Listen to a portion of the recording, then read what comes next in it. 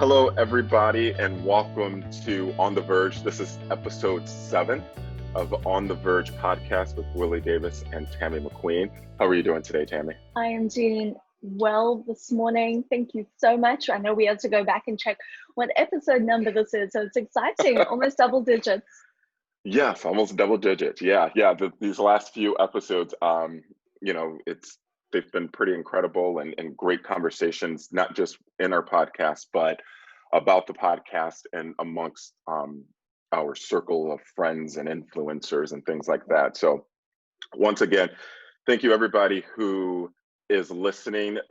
Thank you even more if you're sharing, and thank you times 100 if you're continuing these conversations. We really appreciate it, and it really makes all of this worth it.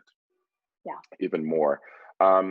One of the topic that we're going to talk about today, it's kind of along the same lines of what we've been talking about over the past, I feel, month or so, which is a good thing. We need to keep these type of conversations going, but what we want to kind of do is slightly segue back into the workplace. So today what we want to talk about is diversity inclusion in the workplace. And I think right now, this is a perfect time to talk about it for many reasons. One, because just talking about race and diversity as a whole, as we have been, and that's been the conversation of the country and of the nation very recently, obviously. But as a lot of people begin to go back to work, whether it be in person or still working remotely or anything like that, but as people start to engage back into their workplaces and workspaces and with their coworkers, I think this is something that employees and employers are going to have to recognize is very important.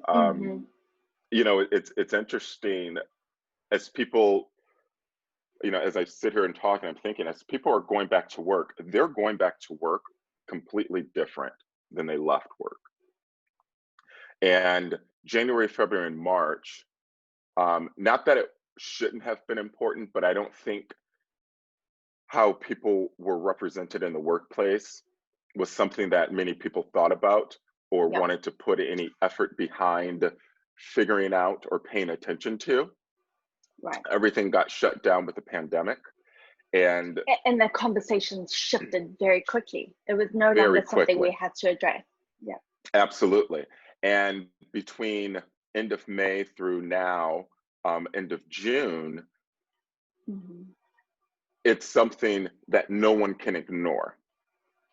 And now, since George Floyd's death and other deaths and other instances in recent weeks with even protests, Black Lives Matter and various things, Black and brown people and underrepresented groups are demanding some kind of representation and recognition, and that will also pour into the workplace. And what we began to see after George Floyd's death were large and small, but corporations, businesses, companies taking a stance on racism. We just celebrated Juneteenth last week, and all throughout that week, you were seeing a lot of companies saying that they were going to recognize Juneteenth as a holiday within their organization, whether it be the day off, a paid day off, or I saw Capital One Bank said they're closing their branches at 2 p.m. I've seen other large companies like Amazon, send emails to their employees and try to let them know, like, hey, try not to have any meetings that day. Try to recognize and celebrate this day. And all these different things that we're starting to see organizations do when it comes to diversity. So now that we are getting back to work, what do you believe are some things that, what do you think companies will need to do if they haven't gotten on board, or if they're still in their planning stages and phases? How do you think this conversation needs Yeah. to go within the boardroom, if you will? Firstly, I think the companies that are doing this with intention and true empathy for why they are celebrating that, or close at 2 p.m. or close the office with a paid day off, whatever that is, that it's intentional that they did that. It's not just following suit with everyone else in the industry that did that. I think that is really important, that they understand why they're doing it and what the purposes are. I'm sure there are, and I hate to say it, there are companies that wanted to climb on the bandwagon. I'm sure that is the case. I think the companies right now in having those conversations is that, why are we doing this? We beyond the stage of planning and then incorporating a D&I program into your organization. You can't plan and then do it. You are really planning and doing it at the same time, and you're going to iterate on what you're doing. I don't think we can enter and have folks come back into the workplace and decide, well, we're not yet ready with our D&I program. Once we get there in Q4, we can introduce it.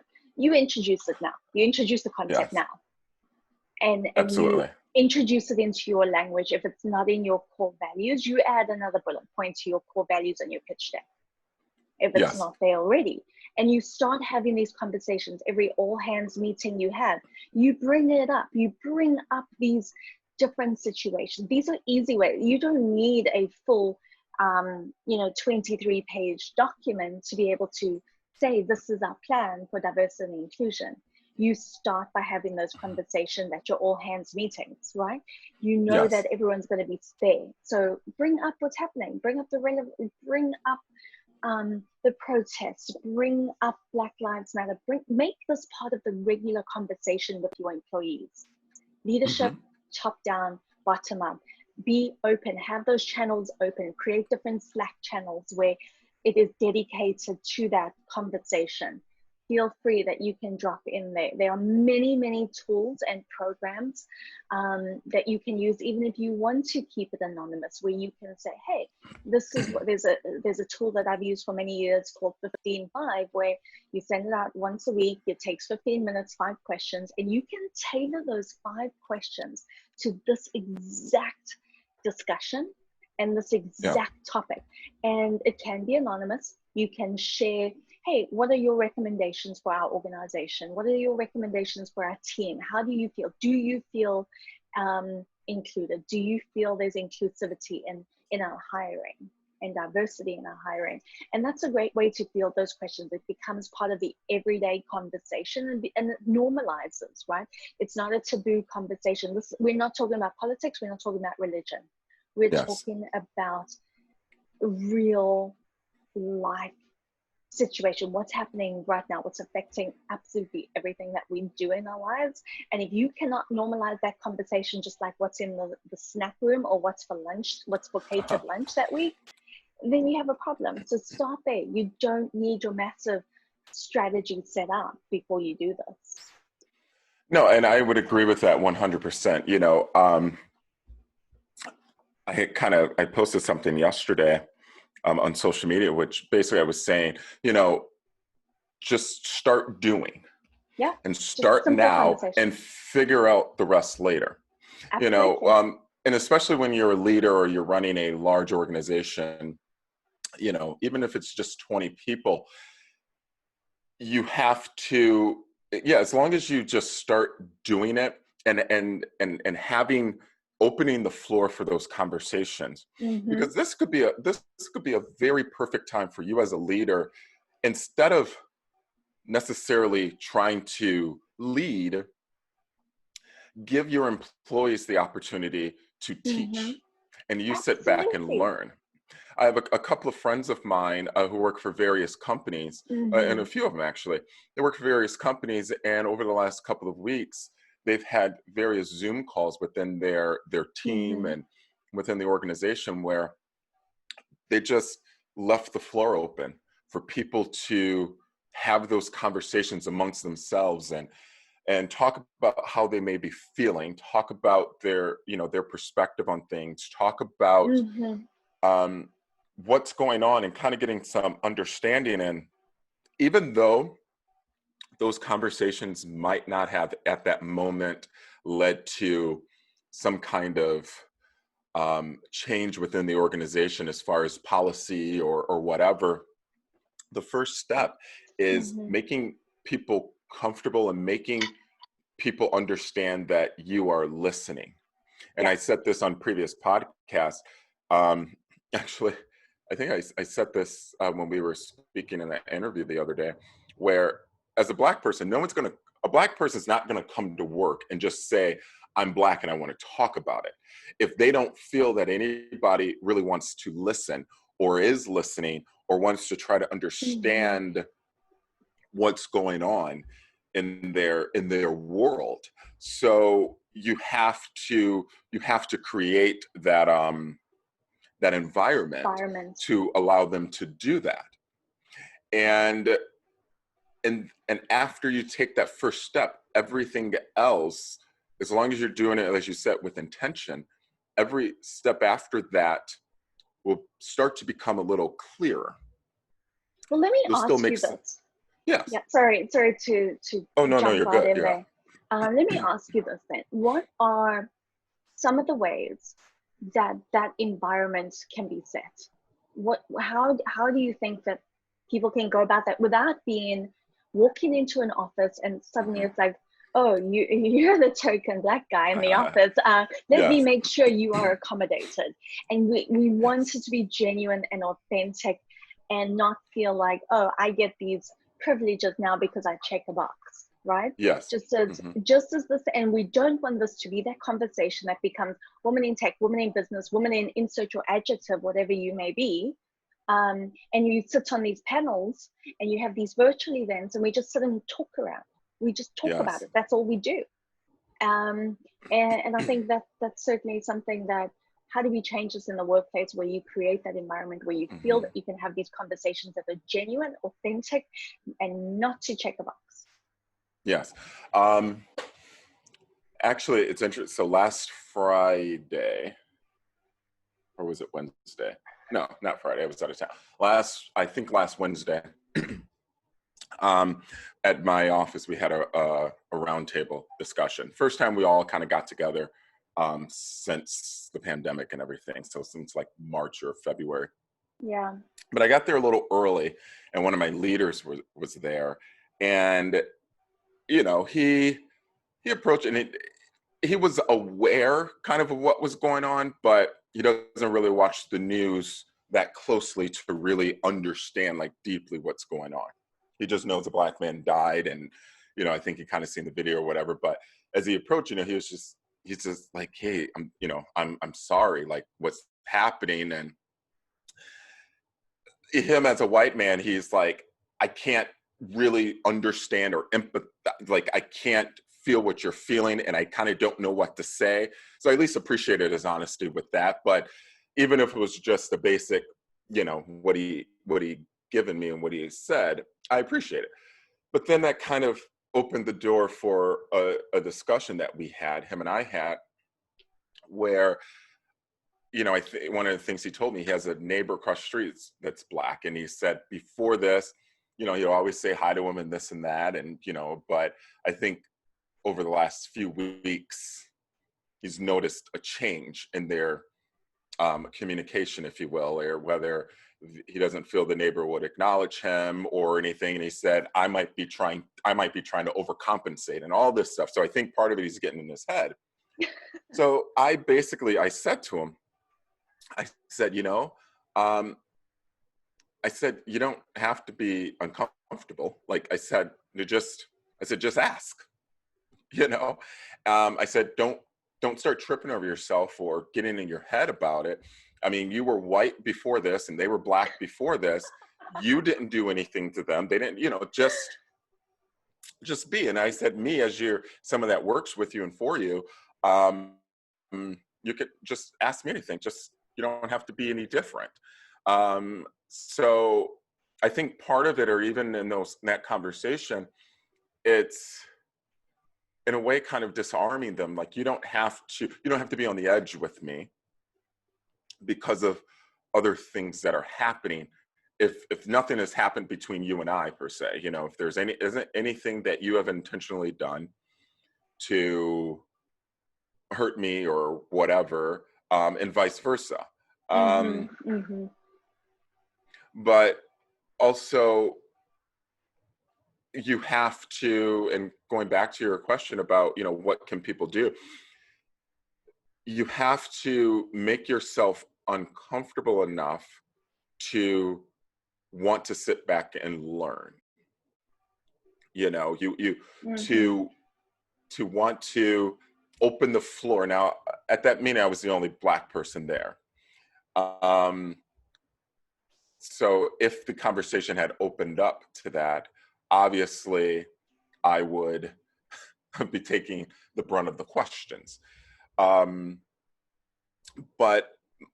in that environment, I feel my job would be to just let people know really what is going on and what's happening. And I feel like in that environment, I have a lot of allies and a lot of people just over time, just various conversations we've had. I know a lot of people kind of get it.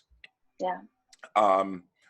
But I think it's important that they understand this is a problem in our community that we are having and we're fighting constantly. And it's not over because you haven't heard about it in a year. Or it's no longer trending on Twitter or Instagram, or the feed is not full of it anymore. It does not mean it's over. Exactly. And as a leader, as an employer, in creating that that environment, you're going to, it's not going to, there's not a rule book to do it. You can't, my brokers can't do it the same way the guys at your office can do it, the same way, a Fortune 500 company can do it or whatnot. And that kind of goes to the original point we were making early on in this episode is you have to learn as you go. You got to do it and learn it at the same time. And you might make some mistakes, but like I've always said, if you're coming from a good place, if you're coming with good intention, I can handle that. And a bigger mistake, right? And a bigger mistake is not starting. That is the bigger mistake. That's the biggest mistake. Yeah. Because not starting or not doing anything because you don't know how to, or you don't even want to. Even if you pulled aside a select few of your employers or employees, Black or brown people, and asking them one-on-one, even before you bring it to the mass of the group, and just have that individual one-on-one conversation. One of the things is, and as we all are living separately or working remotely and everything, even if you have employees that, are working remotely, and just reaching out to them individually and say, hey, Willie, how are you doing right now? How is your heart right now? I can't begin to understand what you're going through, but if there is anything that I can do as an ally, let me know. Just something small like that will break down some walls that just naturally get built. And I think that's a huge thing. It's a small thing to do, but it's something that a lot of people don't do. Sure. I think in that same vein, what are your thoughts on encouraging organizations to start not a peer group, not an ally group, but some sort of, not a task force, but some sort of group that spearheads, that ensures that this conversation is top of mind, that it's breathed through every possible aspect of the organization. It's someone from engineering, it's someone from the sales team, it's someone from leadership, and somehow they they ensure that it's distributed within their teams at a not necessarily the top level, but within the second and third levels within the organization, Yes. so that is not necessarily a direct part of the CEO, but it is Yes. their values carry through with that. Yeah. I think it has to actually happen at the very top level. Yeah. And I think, for example, with Amazon, I think one of the reasons why in their organization it's so effective is because Jeff Bezos, over these past few weeks, and even before that, when other things and internally, he's been very outspoken about it. And yeah, they have diversity groups and things like that, but there's never a time that you don't know where Jeff stands on an issue as an and where Jeff stands on an issue, which means where the organization stands on an issue. It can't be so many tiers down, where, because that same person who is spearheading it or pushing that conversation through the organization needs to have a seat at the table. They need to be in that boardroom. They need to be able to push something through and get the support of important people. Mm-hmm. It can't necessarily be a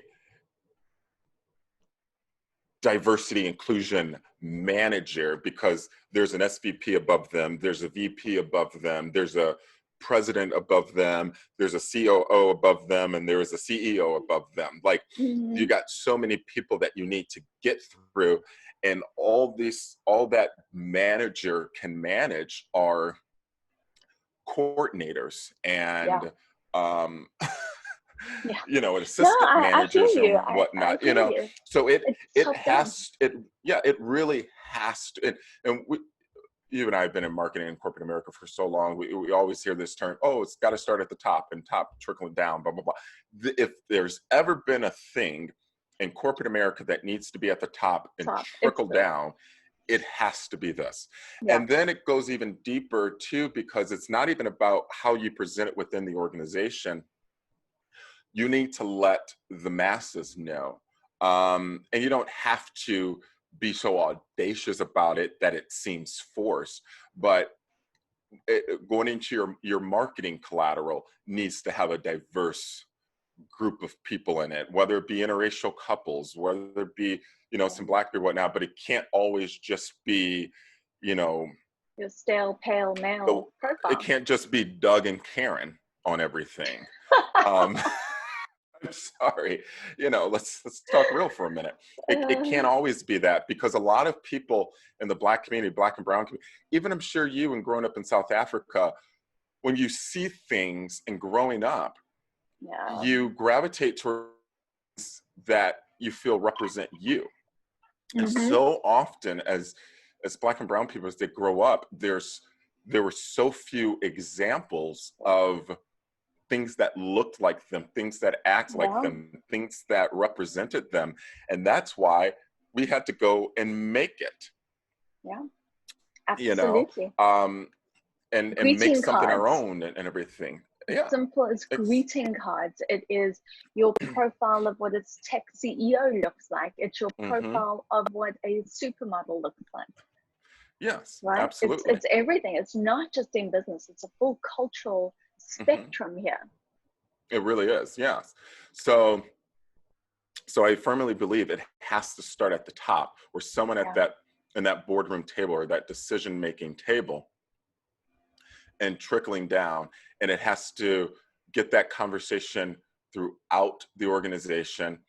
And then even further, which is kind of just an outlier of it, but it will even help with recruiting. If people will start to see that, okay, this organization, not only they're doing great work and they rank this place as this position as the best places to work, and they do all of these things, but there's this diversity inclusion that they have these subgroups that I can be a part of, that I can have a platform. I think even so, and I don't believe this is a part of it, but those rankings that the top 100, top 500 best places to work. It's work. A lot of those Yeah. have to do with the ability to move up in the organization, the pay, where it's located, all of these different things. Absolutely. Am I But they don't. represented? Am Yes, I seen? Yeah. yes, but those rankings don't include necessarily diversity, inclusion, or how diverse this organization is. There's no Yeah. reason you need to have 40,000 employees and 3% are Black. Yeah. Same with your board, same with the executive level, same with the founder level. Yeah, There's absolutely no reason for that, especially if your constituent base does not reflect yeah, that. absolutely. Yeah, if it can't, if it can't be represented that way, then what's the point?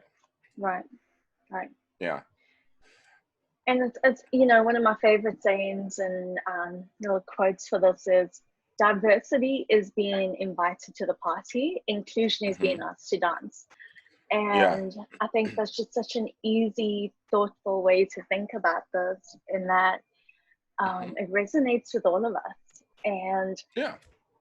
it's time to have those conversations. It's not plan, prepare, get approval from your board, from whomever it is. You shouldn't have to ask your board for approval for this. This is not something you go to your investors to ask for approval. If that is the case, you have the wrong investors, you have the wrong board that's backing you, that you have to ask for approval to be able to recognize lives, right? Yeah. And have an aspect of diversity and inclusion. And I think it's important that you start those conversations. If you haven't had them yet, start today. Yeah. If you haven't sent a message out on Slack or an email or in your newsletter, you know what? Add it into your newsletter so people know where your company stands. Add it as a tagline. Add it as in your email signature. There are so many options that you can actually show where your company stands on this matter by a simple line on an email, your signature, whatever that may be. And actually, and kind of going back to that point I made, so there were some studies taken as far as diversity in tech. So a lot of your Silicon Valley companies. So and it's showing the progress or lack thereof over the 5 years between 2014 and 2019 in some of the largest in some of the largest companies. So for example, Apple in 2014, their percentage of tech workers by race in 2014 at Apple, 6% were Black.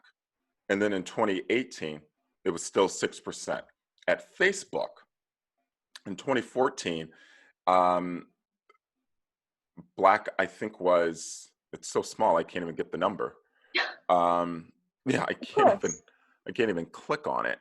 I think it was like 1%, and then in 2019 it was like 3% or something like that. Unreal. Why are we surprised? Yeah. Google was just as small too. Microsoft, was so small as well. And like I said, I can't even. Okay, so Apple in 2014 and 2018, 6%. Facebook went from 1% to 2%. Google, same thing, 1% to 2%. Microsoft, 2% to 3%. And these are all the differences between 2014 and in some cases 2018, 2019. And these are organizations that have tens of thousands of employees, and all of these organizations, tens of thousands of resources. Yes. And all of these organizations in those same time periods had at least 50% white people. In 2019, Facebook dropped from 53 to 40%. But yeah, so it's it's a lot of those things. And then it kind of goes to this point too. A good friend of mine, I have to find that article, and I want to find that article so I can try to share it in this episode. But a good friend of mine too, he came across this article where it talks about even just how people feel they have to present themselves, even just with their name on their resume. And he Yeah. changes his name on his resume from his legal name um to I won't I even say a have read nickname, this. but but he changes Yeah, from his full legal name to a shortened version of his yeah, name yeah. so that people just won't automatically assume and think and write him off because of his name. Name. He even uses the shortened version of his name in the workplace right now on his email signature. Wow. And it's just things like that where people have to or feel that they have to do that. And he works in tech, and he's one of the smartest people I know. He's got his master's degree, he's got the education, he's got the work ethic and the background and Yeah. everything, but you get written off just because your Because of name your sounds name. ethnic. Now, in South Africa, your last name is incredibly indicative of your ethnicity. It Mhm. is you can tell by looking at someone's last name whether they are Afrikaans, English, or African, whether they Sutu, Xhosa, Zulu, whatever it may be. You Yes. can tell immediately. And that right there is immediate discrimination without even Yes. opening anything. The same, there've been so many articles, and I'd love to pull them so that we can share with this episode as well. Is that how Yes. many different? There've been a lot of experiments. There've been, parents thinking about how they're naming their children now from very gender neutral names, even, Hmm. and in sharing that as well. So Yeah. I'd love to either do a poll or something to understand and hear directly from listeners and from people that we know how they've changed their name or how they've switched sort of their profile or whatever that looks like. I would Yes. love to really share more into that. No, absolutely. And I think that's something And that we'd love to get away from that, right? yes, yeah. And I think that's something that we should do too, because even both of us, we know enough people that work in tech and in the industry and that come from various backgrounds, Yeah, um, that even anonymously would want to share their story too. yeah, So yeah, so absolutely. yeah, so it's one of those things here now where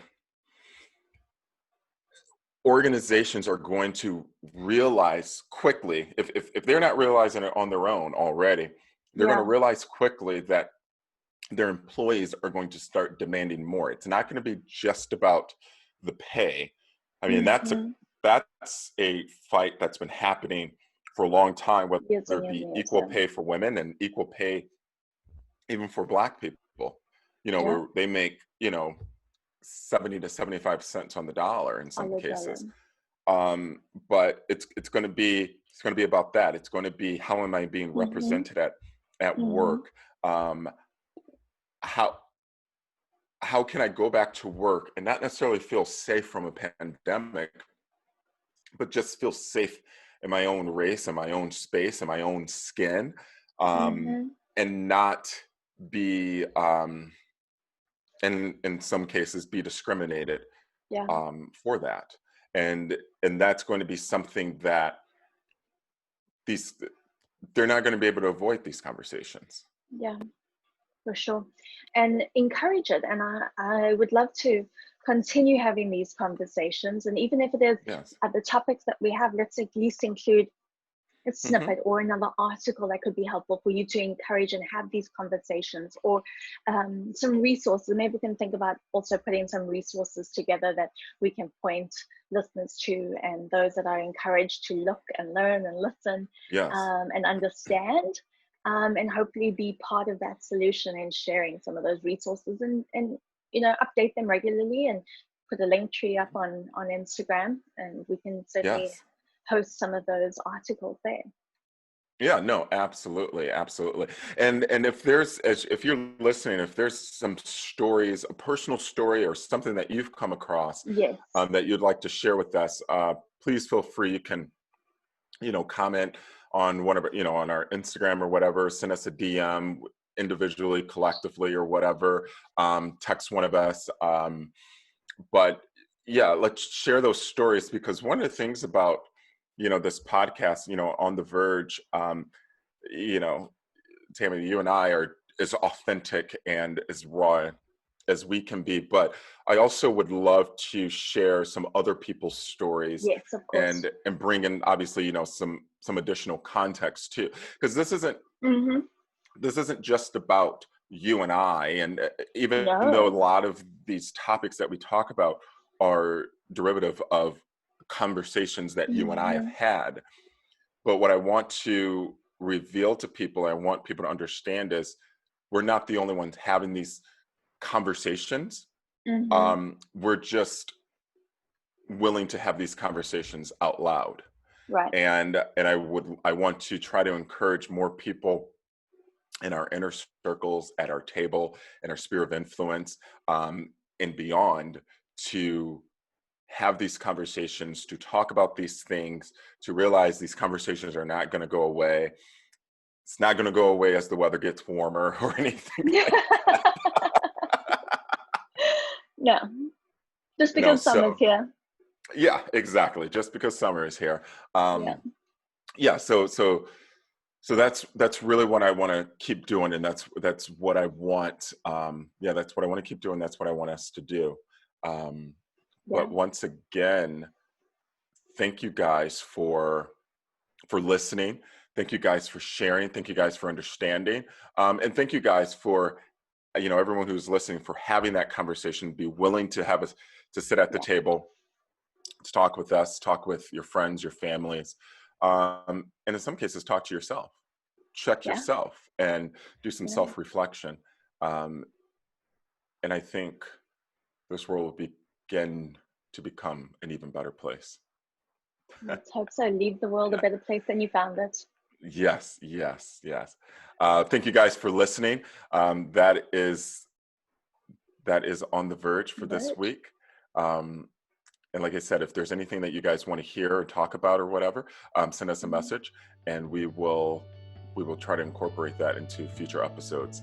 Hope you guys have a Absolutely. great morning, great day, great evening, whatever time of the day that you're listening to this. We'll talk to you Thank soon. you.